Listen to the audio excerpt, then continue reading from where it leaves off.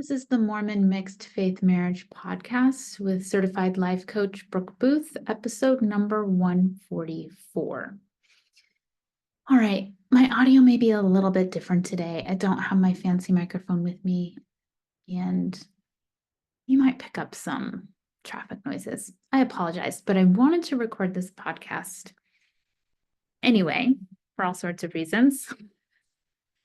My convenience being probably the number one reason, but also because this topic, I think, is so important. Now, this may not apply to everybody, but I think it applies to enough of us to bring it to the podcast. And that is the topic of weaponized incompetence, which is also can be called other things, strategic incompetence. I'm sure it has other names. Those are the ones that I most frequently hear it named or described with these names. I want to talk about what it is, give some examples, and then we'll talk about the mixed faith marriage aspect as our usual format follows. Okay, weaponized incompetence. It's also called, like I said earlier, strategic incompetence, and it's when somebody knowingly or even unknowingly demonstrates an inability to perform or master certain tasks. Now, this can be domestically or at work. So if you have a job, this might be happening there too, but obviously I'm going to be focusing on it in more of the domestic sphere, as this is a mixed faith marriage podcast and not a work career podcast. So think about it in terms of consistently weaponized incompetence in the home. We're talking about tasks of parenting, taking care of the house, anything like that, where it leads to an unequal division of labor. Weaponized incompetence can create an imbalance in the relationship because one partner tends to overfunction and one partner tends to underfunction. I'll give you some examples. We'll talk about the impacts. So making the bed. You ask your partners to make the bed, but you end up having to show them how because they don't know. You buy groceries, you send them to buy groceries, you send your partner to buy groceries, they forget half of the items on the list or buy incorrect items. Putting away groceries, your partner puts away groceries randomly without paying attention to where they're supposed to go. Cooking food, your partner cooks a meal, but it's perhaps a boxed meal like macaroni and cheese and not healthy or nutritious, or maybe it's something that the kids just utterly refuse to eat, so that you're not actually preparing a meal for the family, you're just preparing a meal that nobody eats. Dusting the house, you ask your partner to dust around the house, they don't do a thorough job, so many surfaces are still dusty. Here's one I've specifically heard from clients: sweeping the floor. You ask your partner to sweep the floor, but they take forever to complete the task and complain about it the whole time. And doing the dishes, your partner puts off doing dishes until you have to do them yourself. Now, mind, on any of these examples, I mean, it could work any which way, right? Maybe they sweep the floor, but you can't tell and you have to sweep it again. Maybe they put off dusting and so you have to come in and dust. Maybe they're like, I want you to, these are just ideas to get you going, but it can apply, like mix and match here, mix and match. These aren't the only way it can show up. Caring for children. You ask your partner to change a baby's diaper, but they don't know where the supplies are. I mean, this could be anything. You ask your partner to drive a kid to soccer, but they don't know where the soccer cleats are. You ask them to do laundry, but they don't know how to use the washing machine. These are all examples of weaponized incompetence. They make a cake or pancakes or a meal, and your partner leaves a giant mess in the kitchen. Decision-making, this can show up in decision-making, not just in the actual domestic labor, but your partner avoids major decisions by claiming they don't understand the situation. These are just some examples. No way complete. Some examples. This is the problem with weaponized incompetence, is that it often does have a negative impact on the relationship. It creates an imbalance in the relationship where one partner is shouldering the majority of the responsibilities. Resentment happens a lot in a weaponized incompetence situation. An imbalance of responsibilities can lead to conflicting feelings, like where people start to get really resentful. You may love and care for your partner, but that resentment grows and grows and grows, and that frustration grows and grows and grows, and you have a real problem. This, over time, then spills over into a lack of trust. It can be really hard to trust your partner when you can't count on them to support you in the daily tasks of life. If you feel like you have to do everything done yourself, especially if you need it done a certain way, or if the kids need it a certain way, that can feel like a burden very quickly. This can lead to a lot of conflict. You may fight or argue over the skewed distribution of responsibilities. You may fight and argue over how things are done. You may fight and argue over, like, this isn't important to me, but this is important to me. It can show up in so many ways. And then communication can break down, because now you're probably going to hesitate to express concerns or frustration, fearing that your partner will use this incompetence. It can even look like innocence as a defense mechanism or to deflect responsibility. And that communication breakdown can then further impact the relationship. This is, of course, going to create emotional disconnection. If you now are going to feel increasingly unsupported in the relationship, you will likely start to emotionally disconnect from your partner. Okay, that's a pretty quick general summary of weaponized incompetence. You could go online and learn a ton more. This is something where you can find a lot of reading around. But let's look at this in the context of a mixed faith marriage. So I'll give you some examples of where it can show up. And again, this may not be how it's showing up in your marriage, just to get you thinking. So I don't know where their church clothes are. Like, I need your help. I can't, I don't know where the iron is. I don't know where their church clothes are. I don't know what shoes they're supposed to wear. I don't know where their shoes are. This is all examples of getting kids ready for church in the morning. Weaponized incompetence can show up for sure. Now, this can show up before a faith transition, in a faith transition, after a faith transition. Like, this can be happening before a mixed faith marriage, or it sometimes doesn't come up until a mixed faith marriage. You do the girls' hair better than me. They listen to you and not me. I can't get them to behave if you're not there sitting with us. I'm talking about at the Pew and Sacrament meeting. We're going to be late again. It takes me too long to get them ready alone. These are all examples of how you can see this showing up in a mixed faith marriage. And then when people start to do a bad job, you're not going to ask for their help again, because now it's compounding the work and effort that you have to do. Let's say getting kids ready for church. If asking your partner for help makes the situation harder, you're not going to ask them. So that's how weaponized incompetence starts to break down. If they demonstrate incompetence, now pulling them in to ask them for support in something you need becomes more work in and of itself. So you don't. And now this is where sort of the dominoes start to fall. So then you are growing resentful and frustrated. Maybe there's more conflict. Now you can't trust them doing some of these simple daily tasks of life. Communication breaks down because you're not reaching out and asking as much. You're not talking about it as much because why bother? That can strain the relationship in other ways. And then, of course, the emotional disconnection. It can start with a simple thing of, well, I don't know where the iron is, or I don't iron as well as you, or you always get upset with the way I iron. And it can lead to, through all of the steps, emotional disconnection. And I think sometimes we don't see that. I think sometimes we are frustrated and upset in a situation, and we don't see the string of dominoes that we're starting to knock down until it's too late, until we've really are knocking down dominoes in a significant way. Let's talk about this with FHE, just to give you another example. Preparing lessons that don't engage the kids over and over and over again, weaponized incompetence. Making treats that they're not interested in or that aren't appropriate, weaponized incompetence. Complaining it's too hard to do without a manual. Complaining it's too hard to do with a manual.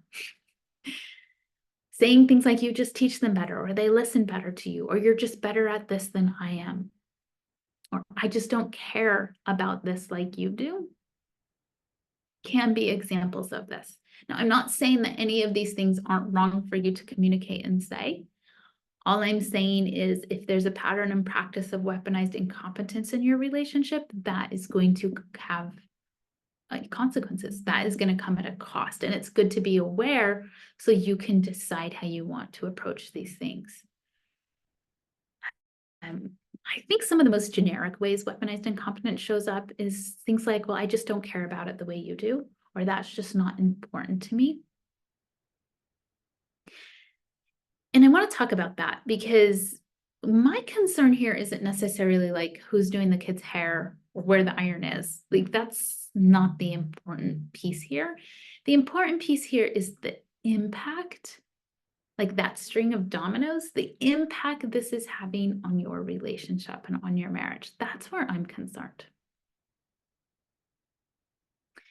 What's the impact of this type of behavior on your marriage?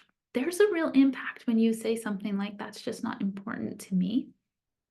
I know it's important to you, but that's not important to me. What's the impact of that? I just don't care about these things like you do. There's an impact of that. There's an impact of saying, well, you do this better, or I don't know where the iron is, or making them redo something that you've done because it was kind of a sloppy job. There's a real impact of this, and it starts those dominoes falling. Frustration, resentment, breakdown in communication, breakdown in emotional connection.